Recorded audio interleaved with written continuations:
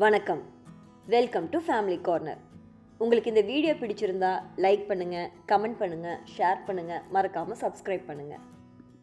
இன்றைக்கி பூண்டு தொக்கு எப்படி பண்ணுறதுன்னு நம்ம பார்க்க போகிறோம். இந்த தொக்கு ஃப்ரிட்ஜில் நம்ம ஸ்டோர் பண்ணி வச்சுருந்தோம்னா 6 மாதம் வரைக்கும் கெடாமல் இருக்கும்.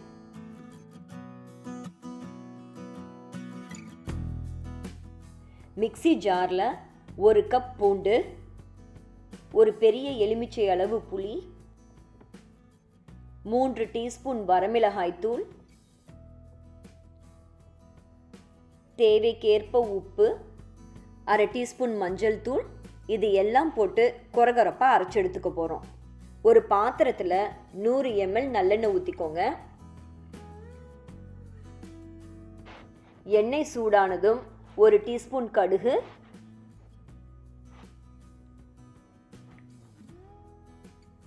கடுகு பொரிஞ்சதும் 1 டீஸ்பூன் வெந்தயம், 1 டீஸ்பூன் உளுந்தம்பருப்பு, 1/2 டீஸ்பூன் பெருங்காயத்தூள்,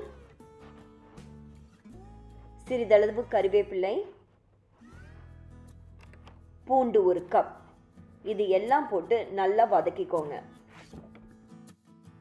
பூண்டு பாதி வெந்ததும் நம்ம அரைச்சி வச்சிருக்கிற மசாலா பேஸ்ட்டை இதோட கலந்துக்க போகிறோம்.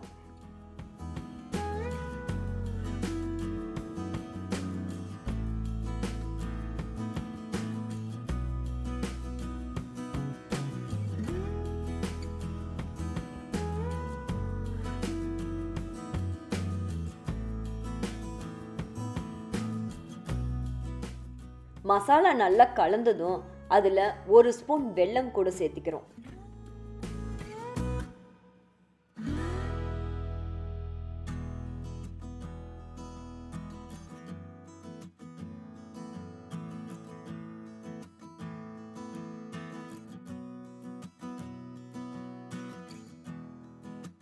பூண்டு நல்லா எண்ணெயிலேயே வதங்கணும். நீங்கள் அடிக்கடி அதை கிளறி விட்டுக்கிட்டே இருங்க, இல்லாட்டி அதை அடி பிடிச்சிக்கும். தொக்குலிருந்து எண்ணெய் பிரிஞ்சு வந்ததுன்னா நம்ம பூண்டு தொக்கு தயாராகிருச்சு. இது எங்கள் அம்மாவோட ரெசிபி, நீங்களும் ட்ரை பண்ணி பாருங்கள். உங்களுக்கு பிடிச்சிருந்தா ஃப்ரெண்ட்ஸுக்கு ஷேர் பண்ணுங்கள், ஃபேமிலி கார்னருக்கு சப்ஸ்கிரைப் பண்ணுங்கள். நன்றி.